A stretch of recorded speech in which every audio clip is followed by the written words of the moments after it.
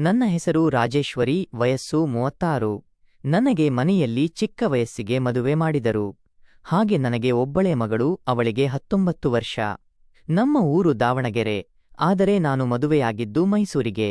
ನನ್ನ ಗಂಡ ನನ್ನ ಮಗಳಿಗೆ 12 ವರ್ಷ ಇದ್ದಾಗಲೇ ತೀರಿಹೋದರು. ನಾನು ಒಬ್ಬಳೇ ನನ್ನ ಮಗಳನ್ನು ಸಾಕಿ ಬೆಳೆಸಿದೆ. ಮಗಳು ಪಿಯುಸಿ ಮುಗಿಸಿ ಮನೆಯಲ್ಲಿದ್ದಾಳೆ. ಈಗ ಅವಳಿಗೆ ಮದುವೆ ಮಾಡಲು ಹುಡುಗನನ್ನು ನೋಡುತ್ತಿದ್ದೀನಿ. ಸುಮಾರು 5 ಹುಡುಗರನ್ನು ನೋಡಿದ ನಂತರ ಒಬ್ಬ ಹುಡುಗ ಫಿಕ್ಸ್ ಆದ. ಆತನ ಹೆಸರು ಸತೀಶ್. ಆತನು ಕೂಡ ಮೈಸೂರಿನವನೇ. ಅವನ ವಯಸ್ಸು 29 ಆಗಿತ್ತು.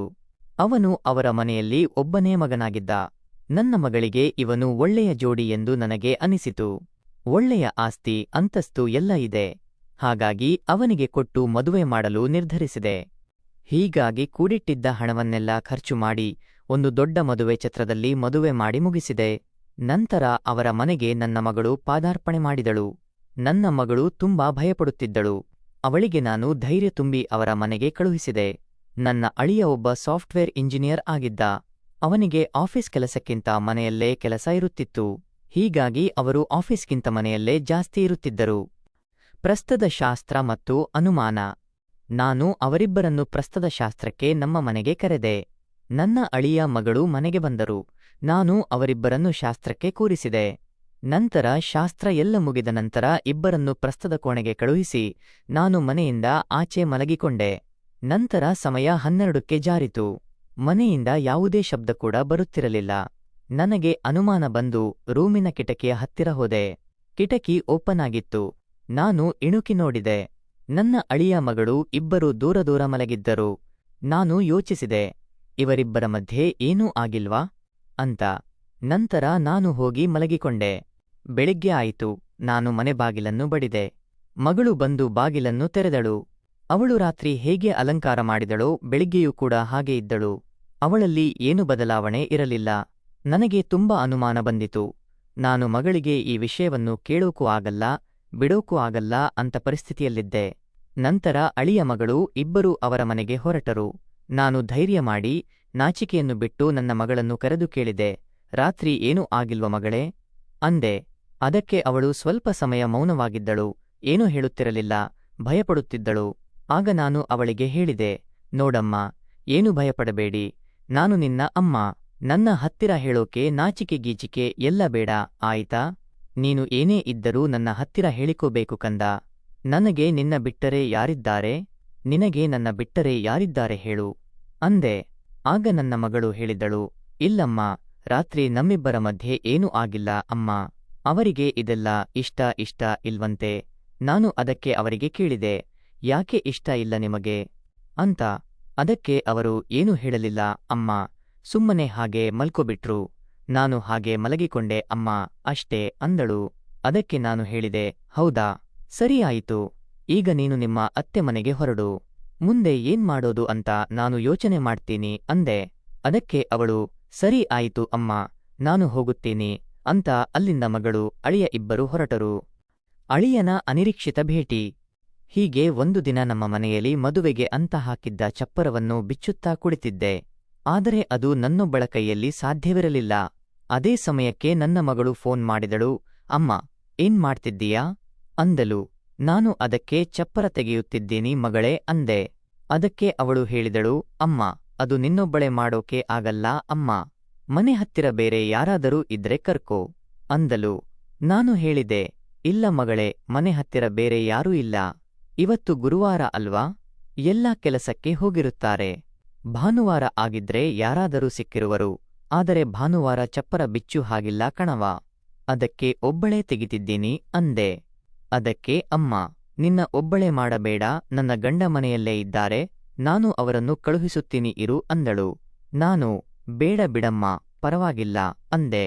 ಆದರೆ ಅವಳು ಕೇಳಲಿಲ್ಲ. ಅಳಿಯನನ್ನು ಕಳುಹಿಸಿದಳು. ನಾನು ಮತ್ತೆ ಅಳಿಯ ಇಬ್ಬರು ಸೇರಿ ಚಪ್ಪರ ಬಿಚ್ಚಿದೆವು. ಸಮಯ ಮಧ್ಯಾಹ್ನ 2:15 ಆಗಿತ್ತು. ನನ್ನ ಅಳಿಯ ಸರಿಯತ್ತೆ, ನಾನು ಇನ್ನು ಹೋಗುತ್ತೀನಿ ಅಂದ್ರು.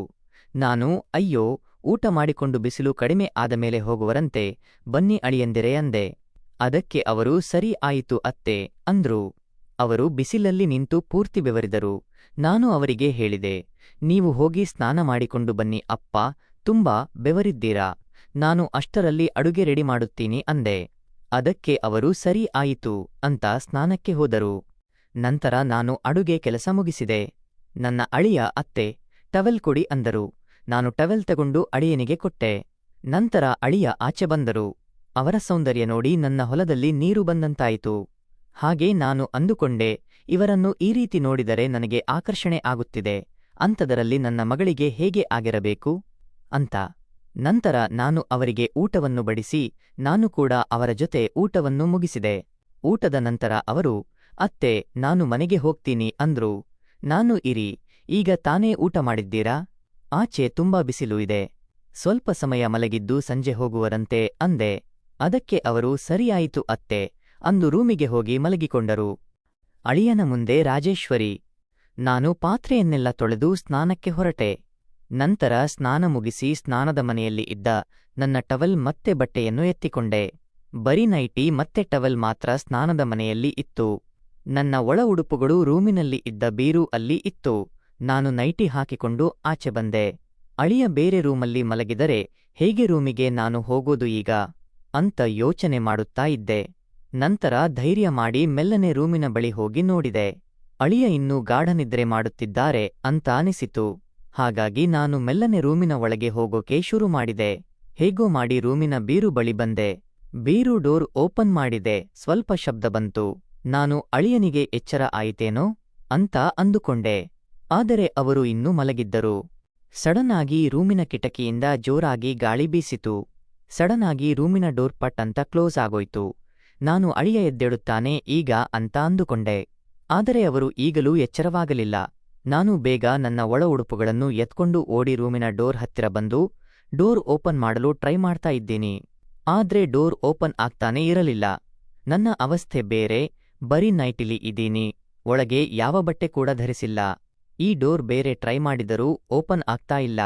ಅಳಿಯನ್ನ ಎಬ್ಬಿಸೋಣ ಅಂದ್ರೆ ನಾನು ಬೇರೆ ಈ ಅವಸ್ಥೆಯಲ್ಲಿ ಇದ್ದೀನಿ. ಏನ್ ಮಾಡೋದು ಈಗ ಅಂತ ಭಯದಿಂದ ಯೋಚಿಸುತ್ತಾ ಇದ್ದೆ. ಹಾಗೆ ಒಂದು ಉಪಾಯ ಬಂತು. ಹೇಗೂ ಈ ಬಟ್ಟೆ ಬೀರುಯಿಂದ ಎತ್ಕೊಂಡು ಇದ್ದೀನಿ, ಅಳಿಯ ಬೇರೆ ಇನ್ನು ಮಲಗಿದರೆ ಇಲ್ಲೇ ಒಳ ಉಡುಪುಗಳನ್ನು ಹಾಕಿಕೊಂಡು ಬಿಡಲ ಅಂತ ಅಂದುಕೊಂಡೆ. ಧೈರ್ಯ ಮಾಡಿ ಅಳಿಯನನ್ನು ನೋಡುತ್ತಲೇ ಮೊದಲು ಹೊರದ ಮೇಲೆ ಧರಿಸುವ ಬಟ್ಟೆಯನ್ನು ಧರಿಸಿದೆ. ನಂತರ ಹಾಗೆ ನೋಡುತ್ತಾ ಸೌದ ಬಟ್ಟೆಯನ್ನು ಧರಿಸಿದೆ. ನಂತರ ಹಾಗೆ ಅಳಿಯನನ್ನು ನೋಡುತ್ತಾ ಮಾವಿನ ಹಣ್ಣಿನ ಮೇಲೆ ಧರಿಸುವ ಬಟ್ಟೆಯನ್ನು ಧರಿಸಿದೆ.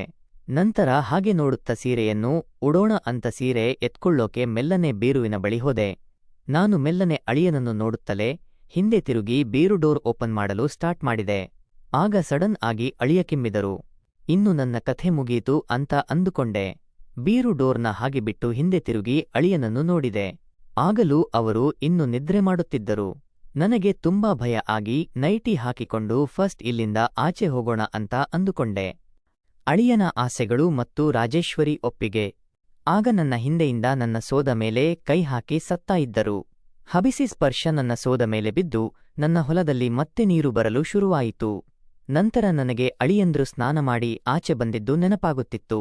ನಾನು ಹಾಗೆ ಮೆಲ್ಲನೆ ಹಿಂದೆ ತಿರುಗಿ ನನ್ನ ಅಳಿಯನ ಬಳಿ ನೋಡಿದೆ. ಆದರೆ ಅಳಿಯಂದ್ರು ಮಲಗಿರೋ ಹಾಗೆ ನಾಟಕ ಆಡುತ್ತಿದ್ದರು. ನನ್ನ ಹೊಲದಲ್ಲಿ ಬಿತ್ತನೆ ಮಾಡಿ ತುಂಬಾ ವರ್ಷಗಳೇ ಕಳೆದಿತ್ತು. ಹೀಗಾಗಿ ನನಗೆ ಹೆಚ್ಚಿತ್ತು. ನಾನು ನನ್ನ ಅಳಿಯನ ಮುಂದೇನೆ ಈ ರೀತಿ ಮಾಡೋದು ತಪ್ಪು ಎನಿಸಿ ಮೊದಲು ಇಲ್ಲಿಂದ ಹೇಗಾದರೂ ಮಾಡಿ ಆಚೆ ಹೋಗಬೇಕು ಅಂದುಕೊಂಡೆ. ರೂಮ್ ಬಾಗಿಲ ಬಳಿ ಹೋಗಿ ಹೇಗೋ ಮಾಡಿ ಬಾಗಿಲನ್ನು ತೆಗೆದೆ. ಅಷ್ಟರಲ್ಲಿ ಅಳಿಯಂದಿರು ನನ್ನನ್ನು ಅವರ ಬಳಿ ಕರೆದರು. ನಾನು ಗಾಬರಿಯಿಂದ ಅವರಿಗೆ ಹೇಳಿದೆ, ನೋಡಿ, ಈ ರೀತಿ ನಾವಿಬ್ಬರು ಮಾಡೋದು ತಪ್ಪು ಅಳಿಯಂದರೆ ಅಂದೆ. ಅದಕ್ಕೆ ಅವರು ಹೇಳಿದರು, ಅತ್ತೆ, ನಾನು ನಿದ್ರೆಯೇ ಮಾಡಿಲ್ಲ, ನಾನು ಎಲ್ಲವನ್ನೂ ನೋಡಿದೆ ಅತ್ತೆ.